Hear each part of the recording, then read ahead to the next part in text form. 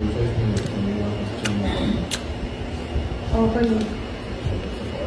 Tutor sila guys. Pamili. Tutor. Kira sa ko mamili ka. Nag-tutor sila. Oh, kira sa ko mamili ka. Pili. Kung gusto ko pa mag-answer, ano, ito mo na i-configure yun. Dapat tsapain ko nyo.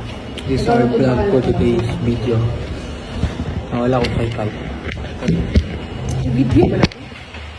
Kinabay. Okay. Walang eh. Hindi ako kasali last year sa qualifiers ng palaro dahil hindi kami nakapasok ng Dabraa. And now is naka-champion kami. Gumawa kami ng history sa Davao region na champion. Ilang years yung pagitan bago kayo nakagold ulit? Hindi, sa history po is wala, hindi pa po naka-first time pa lang po.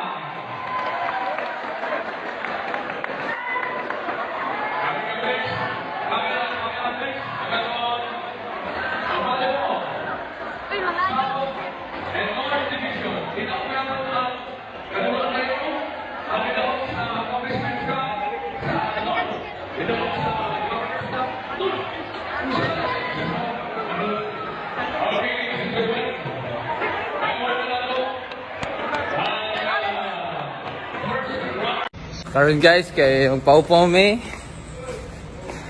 sa punong gupit. So, inihintay nandito namin si Player Spotted. Let's go. So, nandito na kami. Ito nga pala si Bata and yung Carabao na Player Spotted. Hindi naka-M? Hindi naka-popo-M? Hindi, kanabaw-paw. Ay, bato-bato na nyo. So, ayun guys, nandito na kami sa Players Cut, ang barbershop ni January. Players cut. Kung gusto nyo magpagupit at pumugi lalo, punta lang kayo sa Players Cut sa may bandang UM Matina.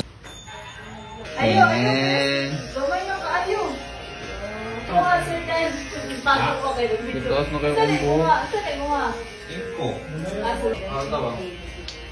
Kalbo.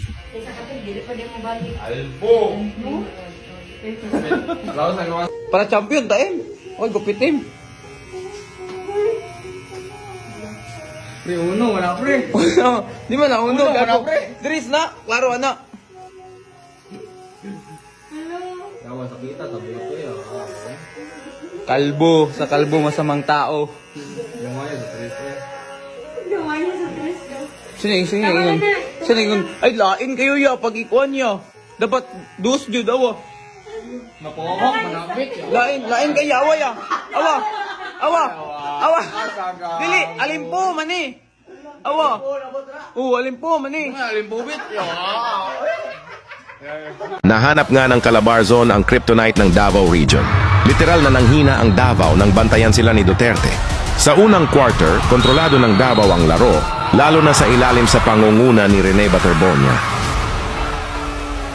Pero nang ipinasok si Duterte, tila sinabi niya sa mga kakampi niya, "Ako na ang bahala diyan." Doon nagsimulang magbago ang takbo ng laban. Dahil sa lapad ng kanyang katawan, agresibong banggaan, at mahusay na footwork, nahirapan ang Davao na pigilan siya. Nagulat ang defending champion sa kanyang galawan at naging malaking susi siya sa pagbabalik at pagdomina ng Calabarzon hanggang sa makuha nila ang kampeonato.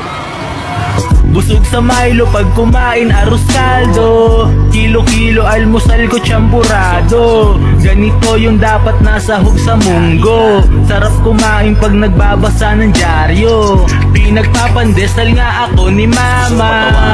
Gusto ko yung may kapeng kasama. Busog sa Milo pag kumain arroz kaldo. Kilo-kilo almusal ko champurado. Ganito yung dapat nasahog sa munggo. Sarap kumain pag nagbabasa ng dyaryo. Pinagpapandesal nga ako. Hindi ako kasali last year sa qualifiers ng palaro dahil hindi kami nakapasok ng Dabraa. And now is naka-champion kami. Gumawa kami ng history sa Davao region na champion.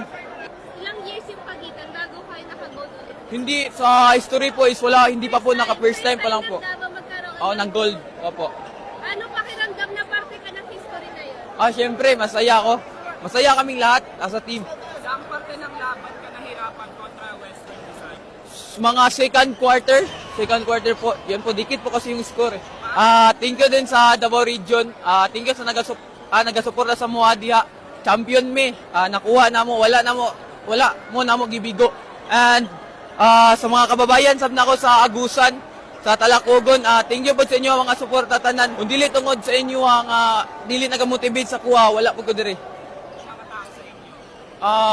Sa ngayon is wala pa eh. Wala pa, maybe next year naman. Meron pa akong isang year. Shout out ko sa akong mga parents, Robilin Baterbunya og si Papa Buboy Baterbunya og sa akong mga igagaw sa Agusan, mga parente. Shout out sa inyo tanan.